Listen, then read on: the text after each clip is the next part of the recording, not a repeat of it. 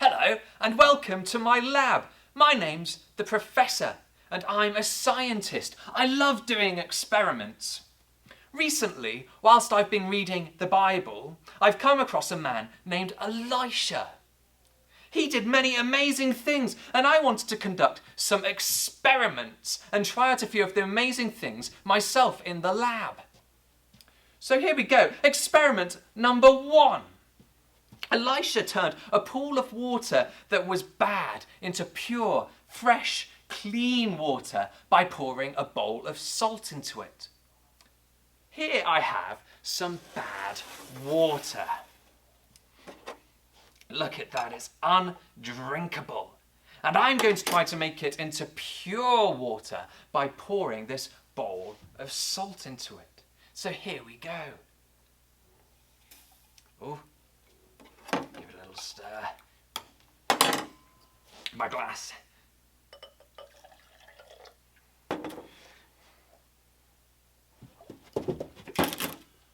Oh. Wow, that only made it worse. I wonder what I did wrong. Okay, experiment 1 was a disaster, but here we go with experiment number 2. I read in the Bible that Elisha put flour into a stew that had poisonous plants in it, and that when he put the flour in, it became edible. There was nothing wrong with it anymore. Here I have my own inedible stew. It's not poisonous, but as you can see, it's pretty disgusting. I'm going to try and make it better by putting my flour into it. So here's my flour. Well, anyway, this is going in. Give it a stir. And then we're going to give it a try.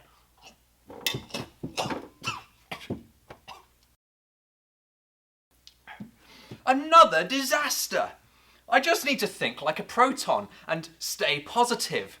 For our next experiment, experiment number 3. Elisha took 20 loaves of bread and then split it between 100 men. They all ate what they wanted and then they had some left over. Here I have my loaf of bread.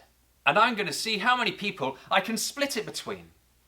I have someone here to help me, and they're going to hand out the bread as I divide it up. There you go, there you go, there you go, there you go. Oh, that's a little one. And this one as well. There you go. Okay, so we're out of bread. How many people have eaten? Only 2 people have eaten. And is there any left? There's none left. There's none left. I can't believe it. But it's all gone already. Why didn't it multiply like Elisha's bread did? Why don't I have any left over? I don't understand. All of my experiments so far have been disasters. But here we go with one more experiment. Experiment number 4. Now, Elisha saw a man lose an axe head in the River Jordan, and what he did was he threw a stick in after it, and then the axe head floated to the surface so that the man could grab it. Here I have my axe, and well, I don't have a river in my lab, but I do have my water tank. So I'm going to put my axe into the water tank. As you can see, it sinks right down to the bottom. But then here I have my trusty stick. I'm going to throw the stick in after, just like Elisha, and my axe should float. So here we go. Well, it's not working. The stick's floating, but my axe is still at the bottom. Another failed experiment. It seems that no matter how hard I try, I can't do the same things Elisha did in the stories I read in the Bible. I wonder why not? What have I missed? Maybe I should go back to the Bible and read the stories again and try to work it out. Hey Sarah, we're looking pretty cool today. Do you know what's even cooler? What? 1, 2, 3, 4.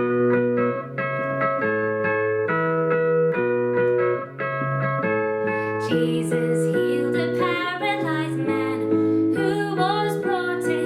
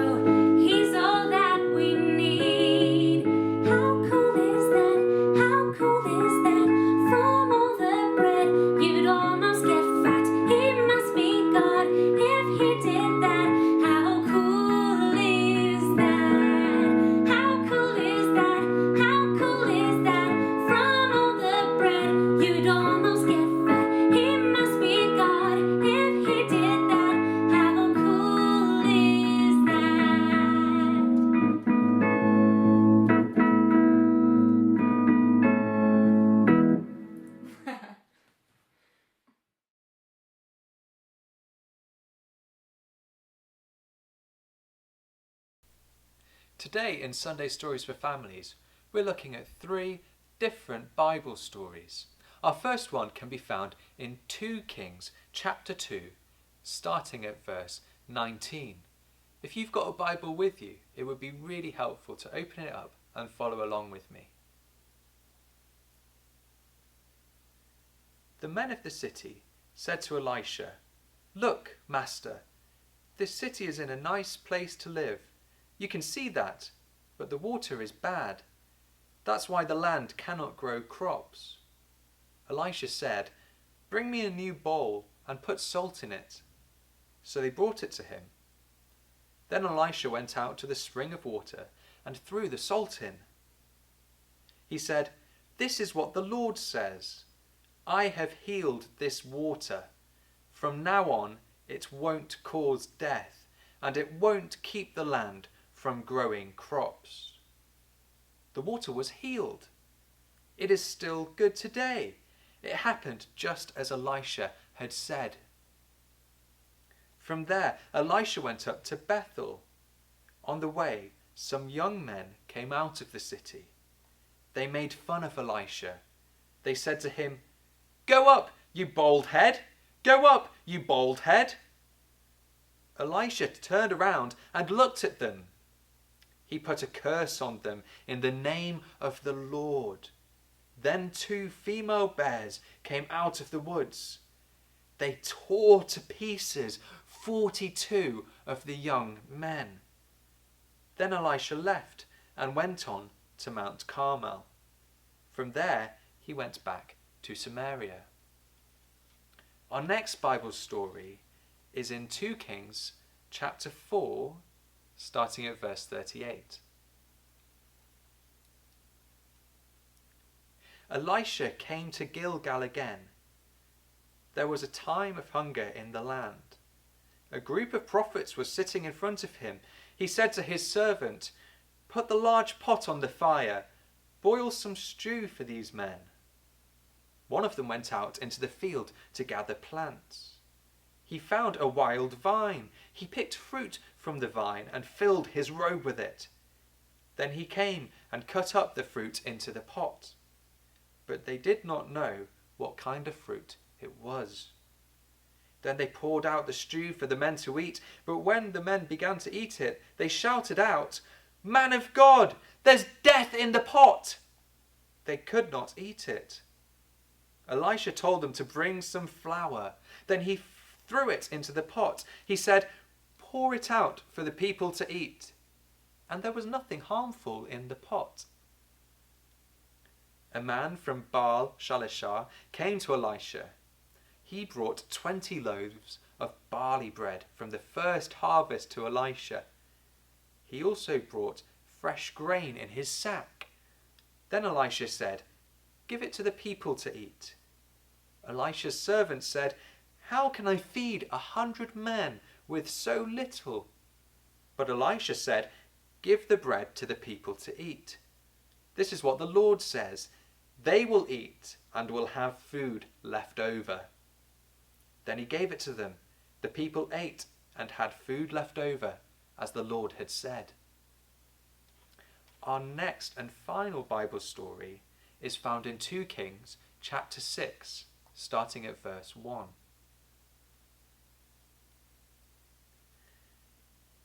The group of prophets said to Elisha, "The place where we meet with you is too small for us.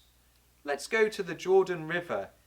There every man can get a pole, and let's build a place there to live." Elisha said, "Go." One of them said, "Please go with us." Elisha said, "I will go." So he went with them. When they arrived at the Jordan, they cut down some trees.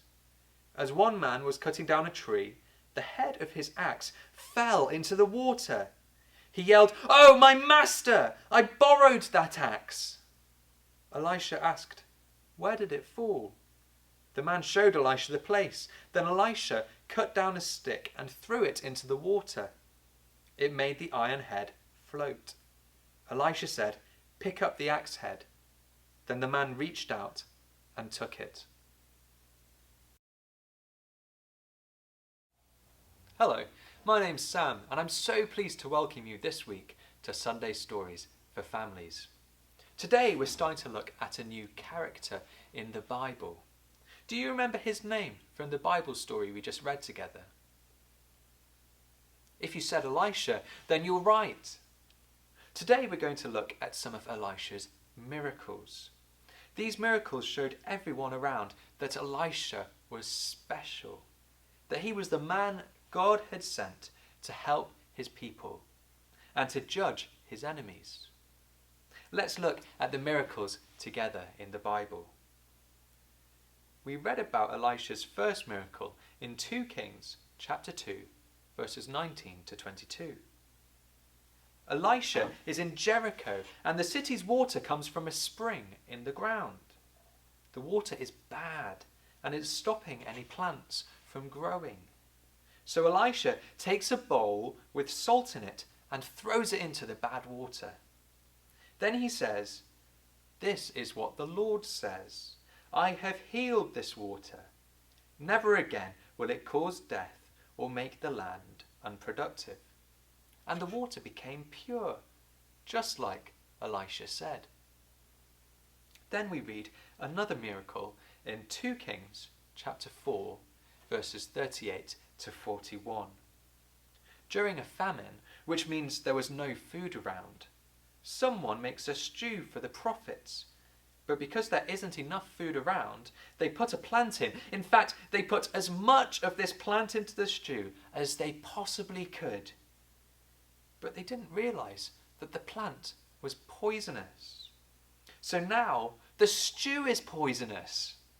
Some of the prophets ate the poisonous stew and cried out, "Man of God, there is death in the pot." But Elisha put some flour into the pot, and the stew was suddenly fine to eat. Amazing! The next miracle is in 2 Kings chapter 4, verses 42 to 44. Elisha was given 20 loaves of bread, and he says to give this small amount of bread to 100 men to eat. The man who gave Elisha the bread said that it's not possible, but Elisha says, "This is what the Lord says. They will eat it and have some left over." So the small amount of bread gets given out to the 100 men, and after they have all eaten, there is still some left over. And there's another miracle in 2 Kings chapter 6, verses 1 to 7. In this true story, a man loses his axe head in the river. He was probably swinging it too hard and it swung off into the river.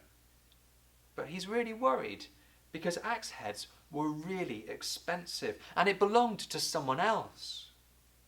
So he goes to Elisha and Elisha says, "Where did it fall?" He then throws a stick in after it and the axe head floats. Elisha says, "Lift it out." And we read that the man reached out his hand and took it. Wow, what amazing stories. In each of these stories, Elisha was asked to help in a difficult situation. Some of them were really bad too, like the poisonous stew. And every time, Elisha does something which shouldn't have really changed the situation, but miraculously it does. Do you remember the professor? The professor tried to do the same things as Elisha, but nothing happened. That's because these were miracles. They were signs from God. God did miracles through Elisha to show everyone around that Elisha was the man God had chosen to help and save his people in a difficult time. That's our first point for today. Elisha's miracles showed everyone that he was the man God had chosen to help and save his people in a difficult time. But I've missed one story from our reading today. Maybe you noticed. In 2 Kings chapter 2, verses 23 to 25, we have another story.